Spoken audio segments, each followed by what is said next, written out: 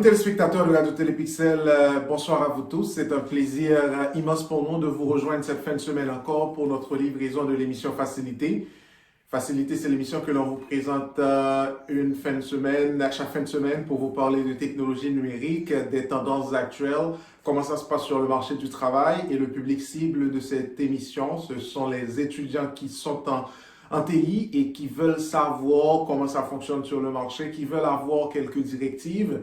Alors nous, à travers cette émission, on se donne comme objectif de ramener sur cette plateforme des professionnels dans le domaine qui ont déjà abordé le marché du travail, qui connaissent comment ça se passe pour nous parler de leur expérience et puis pour guider aussi notre auditoire composé majoritairement d'étudiants. Encore une fois, bonsoir à vous tous. C'est un plaisir de vous rejoindre. Mon nom, c'est Clément Calvert. La façon de nous rejoindre, c'est par téléphone au 514-799-6087, par courriel clément.calvert@clémentcalvert.com. L'émission C'est Facilité, c'est présenté par le groupe Facilité, réalisé par Tony Productions pour le compte de Radio Télépixel. Ceci dit, je vais introduire mon invité aujourd'hui. C'est quelqu'un qui a une expérience dans le domaine du développement de logiciels, qui travaille comme dans le domaine des TI depuis quelques années. Je vais lui laisser se présenter lui-même. Donc, salut Ro Belken, c'est un plaisir pour nous de vous recevoir sur la plateforme de Facilité. Comment ça va? Ça va bien et un plaisir partagé. Ok. Et ça va bien pour toi? Ça va très bien, merci. Donc, c'est Charles Jao Belken. Parlez-nous un peu de vous, Ro Belken, comme étant un professionnel des TI. Ok. Et comme tu l'as dit, je suis Charles Jao Belken. Je fais mes études en sciences informatiques à l'UNICA, des études que j'ai commencées en 1999. À une époque où il n'y avait pas encore de WhatsApp, de Facebook, et c'était tant mieux pour nous. C'était l'année de la sortie de la fameuse version J2EE 1.2, l'édition Enterprise de Java. Elle est sortie en 1999, si je ne me trompe pas, et moi j'ai commencé en 1999. Je dois te dire, Calvert, que les disques durs de nos ordinateurs ne faisaient pas plus que 1 gigaoctet. Et on avait rarement de problème d'espace de mémoire. Aujourd'hui, nos téraoctets sont rarement suffisants. À partir de mes études, de mes dernières années d'études, j'ai commencé par développer des logiciels comme travailleur indépendant, freelancer, quelques entreprises de la capitale. Quelques temps après avoir obtenu mon diplôme de licence en sciences informatiques, j'ai inscrit une maîtrise en informatique de gestion à la même université en collaboration avec l'UQAM, l'Université du Québec à Montréal. Puis, je me suis fait embaucher par la présidentielle et surtout l'une des meilleures entreprises de développement de la place. J'ai travaillé pour eux comme analyste programmeur dans un premier temps, puis comme assistant directeur de développement, et tout ceci pendant 11 ans. J'étais aussi le principal responsable de développement au centre de recherche de l'UQAM pendant un temps. Mon parcours en tant que consultant et freelanceur ou employé m'a amené à travailler pour la plupart des entreprises de la place. En fait, je parle d'Haïti, que ce soit des entreprises publiques ou privées. Ceci m'a permis surtout de participer aux activités de recherche et de développement de logiciels d'envergure et de nature de toutes sortes. Logiciels de gestion de toutes sortes, et financières, bancaires, ressources humaines, e-learning, ou encore des logiciels de gestion des données biométriques de grande envergure à titre d'exemple. J'enseigne aussi la programmation depuis plus de 15 ans au niveau des différents établissements universitaires du pays. Pour le moment, je n'enseigne qu'à UNICA. Je dois te dire que j'aime beaucoup mes étudiants et c'est une grande fierté pour moi de les voir en Haïti, en Europe et en Amérique du Nord. Je suis pour le moment directeur de la DIT de l'entreprise de la capitale haïtienne depuis il y a 2 ans. Voilà. Ok, c'est une très belle introduction, Ro Belken. J'aime surtout la façon dont tu as commencé pour dire que Au début, on parlait d'un téra, en fait pas téra, mais d'un gigabyte pour un disque dur comme capacité maximale et on se plaignait très rarement de manque d'espace. C'est pour dire que au cours de ces dernières années, comment cette industrie-là a quand même évolué à une vitesse vertigineuse. Parce qu'on parle là de 99, de 2000. C'est pas si longtemps que ça. Et ça continue d'avancer. C'est des nouvelles découvertes qui vont se faire dans les jours à venir, dans les années à venir. Donc, c'est un domaine qui évolue énormément. Charles Belkin, ce que j'ai aimé dans ton parcours surtout, tu as travaillé surtout dans le domaine du développement de logiciels. Je sais que tu évolues en Haïti encore. Parle-nous du marché de développement de logiciels en Haïti. Comment ça se porte ce marché? Dis-nous exactement comment ça va. Pour le marché haïtien, et pour le marché... Je veux dire le marché de développement de logiciels. Oui, le marché de développement. Du côté des fournisseurs, donc je parle des fournisseurs de logiciels informatiques, le marché se divise en trois grands groupes.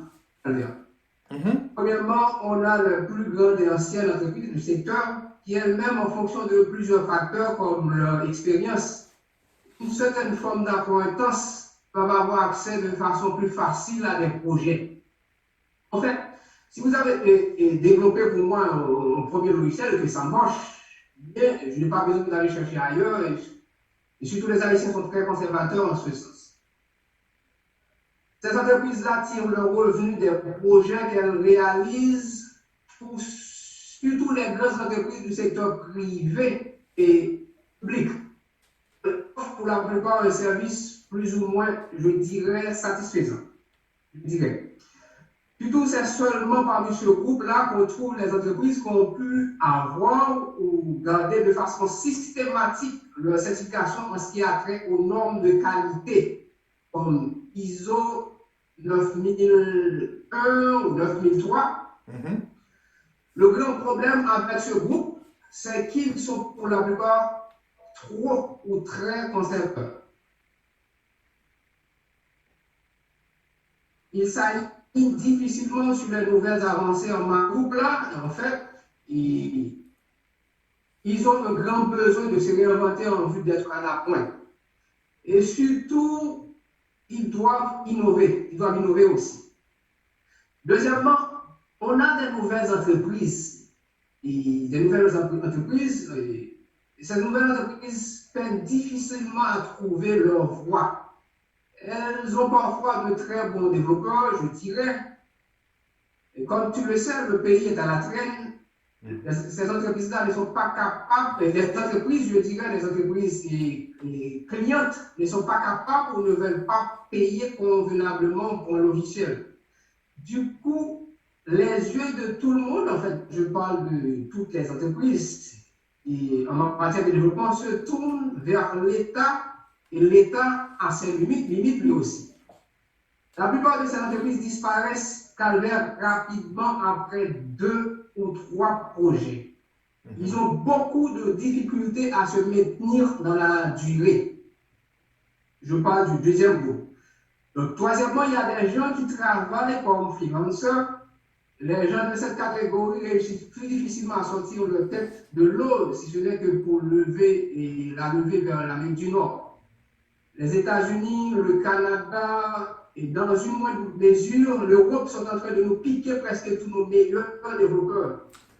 Pour moi seul, je peux compter jusqu'à une vingtaine d'amis proches développeurs qui sont partis travailler dans ces pays-là pendant les seules 2 à 3 dernières années. Et je ne parle que de personnes proches. Il faut dire aussi qu'il y a un bon nombre d'entre eux qui sont en train de faire leur valise. Par exemple, si on prend Inuka a perdu plus de 3/3 de ses professeurs de programmation durant ces 3 dernières années. Pour le Canada, par exemple, ils sont partis avec leurs emplois en poche. L'état du marché peut se résumer ainsi. Manque de ressources humaines, manque d'innovation, et manque de ressources économiques suffisant.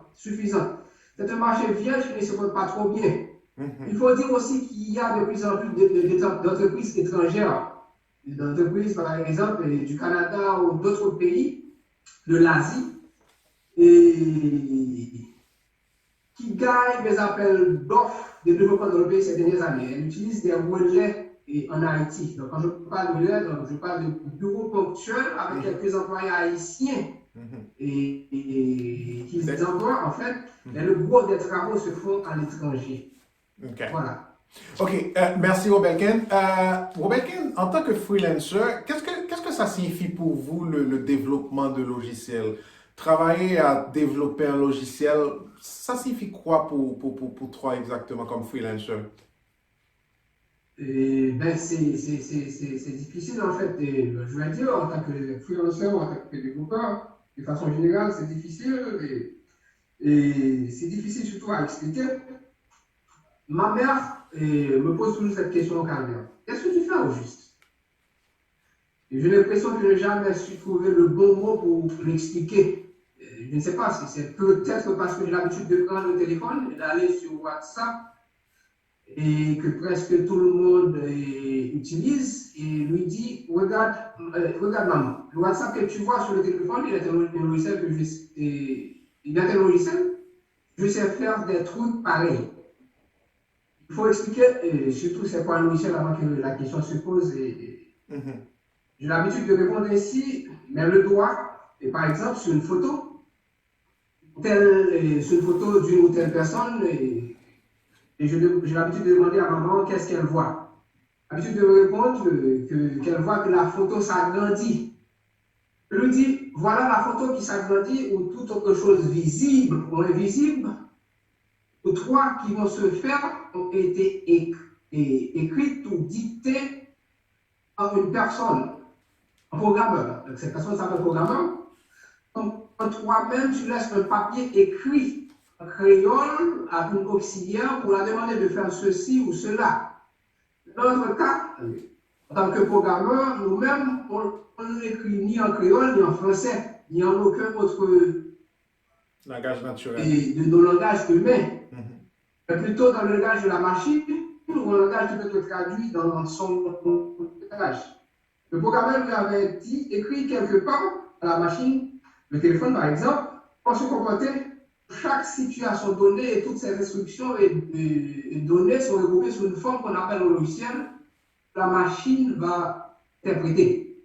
Beaucoup de personnes, donc j'ai l'habitude de dire aussi à ma maman, beaucoup de personnes se sont mis ensemble pendant un certain temps pour faire cela. Alors, elle me pose la dernière question, pourquoi tout cela? Pourquoi tout cela? La réponse est que, ce que j'ai l'habitude de répondre à ma maman, c'est que vous avez eu un besoin, maman. Vous avez eu un besoin. Le besoin de communiquer avec, de communiquer avec tes proches de façon plus rapide, plus facile et plus efficace. D'autres personnes ont d'autres besoins aussi, par exemple, le besoin de se rendre invisible, par exemple, ou de se désintégrer et de se réintégrer à quelques années-lumière d'ici. Je ne sais pas si nos machines ou nos futures machines vont pouvoir répondre à leurs besoins, mais ce sont leurs besoins. Maintenant, si je reviens à la question, le développement de logiciel, pour moi, c'est un processus qui consiste à analyser les besoins en vue de faire ressortir des fonctionnalités. À partir de ces fonctionnalités, de concevoir le logiciel, donc de faire ressortir les solutions techniques. À partir de ces solutions techniques, de mettre au point le logiciel, ce qu'on appelle la programmation. Et surtout, il ne faut pas oublier la phase de maintenance qui est une phase d'amélioration du logiciel après sa mise en production. Ce sont les 4 étapes du processus de développement. OK, parfait. Robelken, peux-tu nous dire, en tant que développeur logiciel, quelle est la plus grande contrainte, la plus grosse contrainte à laquelle tu as dû faire face en tant que développeur logiciel? Ben, pas vraiment. De grandes contraintes. Ou le temps, oui. Le temps. OK. Et c'est très difficile à de faire comprendre aux clients que le projet doit prendre le temps qu'il faut. C'est très difficile. Par exemple, quand un client te demande de réaliser un logiciel, donc ils veulent le logiciel hier. Et c'est très difficile de les expliquer que le projet doit prendre le temps qu'il faut. OK, excellent. Robelkin, je sais que tu as travaillé comme étant directeur de développement dans une firme, pour une firme de développement logiciel. Peux-tu nous dire quelles sont les principales responsabilités d'un directeur de développement dans une boîte ou dans une institution? Dans mon cas, je suis responsable de faire la liaison entre mon entreprise et les clients, et avec lesquels les clients, je définis les récits utilisateurs, ce qu'on appelle user stories en anglais. Je fais la planification et la répartition des tâches en fonction des ressources disponibles, je parle de ressources humaines, ou des ressources qui sont aptes à les réaliser. Je suis chargé de coordonner, de superviser les différentes équipes de développement. Je mets en place, ou parfois je développe des outils pour améliorer la productivité au sein des équipes, comme les générateurs de code, par exemple. C'est un exemple. Je participe aussi à l'analyse et la conception des logiciels. Comme nous sommes une petite entreprise, il m'arrive parfois de jouer le rôle de Scrum Master et de Product Owner aussi. Voilà. OK, parfait. Robelkin, tu as une expérience en enseignement, tu continues à enseigner, depuis quelque temps tu le fais. OK, étant donné que les étudiants, c'est le public cible de cette émission, c'est les étudiants. Est-ce que tu peux, quels seraient tes conseils pour les étudiants qui nous écoutent aujourd'hui, qui étudient en TI et qui n'ont pas encore fait leur choix, qui sont encore indécis, qui ont certaines inquiétudes? Quels seraient tes conseils pour ces étudiants qui nous écoutent pour qu'ils puissent savoir comment vraiment s'orienter à l'avenir dans le domaine des TI? Pour les étudiants ou pour les futurs étudiants et les étudiants? Pour les étudiants qui nous écoutent présentement. Et les étudiants aussi, et les futurs étudiants, je pense. Okay. Je vous dis, le secteur informatique, c'est un secteur qui se porte très bien à travers le monde. Et rien n'indique que sa croissance va s'arrêter demain. Au contraire, il est en pleine croissance. Choisir l'informatique, c'est choisir un métier d'avenir ouvert sur le monde qui vous donne la possibilité de création presque illimitée, je dirais. Alors, je vous conseille de faire preuve de persévérance en tant qu'étudiant, quand vous êtes étudiant. Et vous êtes capable d'avancer, vous êtes capable de programmer. Il y a des gens qui disent, par exemple, qu'ils ne peuvent pas programmer, vous êtes capable de programmer. Il vous faut seulement un peu plus de persévérance. Il vous faut surtout mettre le téléphone de côté pour un temps. Il faut faire preuve de curiosité parce que les technologies évoluent très rapidement et elles vont évoluer plus rapidement dans l'avenir. Un bon informaticien doit avoir la soif d'apprendre. Un bon informaticien doit faire preuve d'initiative. Et vous n'avez pas besoin d'être embauché par une entreprise pour réussir en informatique. Avec un peu de talent et d'initiative, vous pouvez réaliser de grandes choses. Embrasser surtout des technologies prometteuses, et je ne dis pas que les autres ne sont pas prometteuses. Il y a des technologies qui tendent à disparaître pendant que d'autres ont le vent en poupe, comme les data science. L'intelligence artificielle, par exemple, en fait, je cite que ces deux-là, mais il y en a d'autres. Pour ceux qui veulent aller plus, ou ceux qui veulent aller plus loin en informatique, je vous dirais de ne pas vous réchigner à vous mettre au maths. Dans son livre de logique pour l'informatique et pour l'intelligence artificielle, Ricardo Cafra cite Richard Warren. Il dit que les ordinateurs sont des machines mathématiques. Les programmes informatiques sont des expressions mathématiques. Je suis de cet avis moi-même. Pour Ricardo, l'informatique, enfin, je conseille toujours à mes étudiants de partager. Cela vous permettra d'une part de mieux fixer vos connaissances et de les élargir. Former des équipes, partager vos connaissances essayer de réfléchir sur les proposer des solutions. Si je parle des étudiants, ou même qui a trait au WhatsApp, moi, je viens avec maman. Je lui ai répondu, là maintenant, maman, parce qu'avant, tu ne me demandais pas de t'appeler aussi souvent, de me voir quand je t'appelle. Tu l'as maintenant. Les étudiants, je dirais que vous soyez débutant ou finissant, vous pouvez commencer dès maintenant. Vous pouvez maintenant. OK. Robelkin, je te remercie énormément de ton temps. Merci d'avoir partagé ces informations avec notre auditoire. C'est des informations assez intéressantes. Ils vont pouvoir apprendre de ce que tu nous as raconté comme expérience et comme conseil que tu leur as donné. Encore une fois, merci de ton temps. Merci d'avoir pris le temps de participer et de partager tes compétences et connaissances avec l'auditoire de Facilité. Merci, Robelkin. Mesdames et messieurs, Merci Albert, le plaisir est pour moi. Merci, excellent. On peut comprendre un petit délai là, dans la communication avec Robelkin.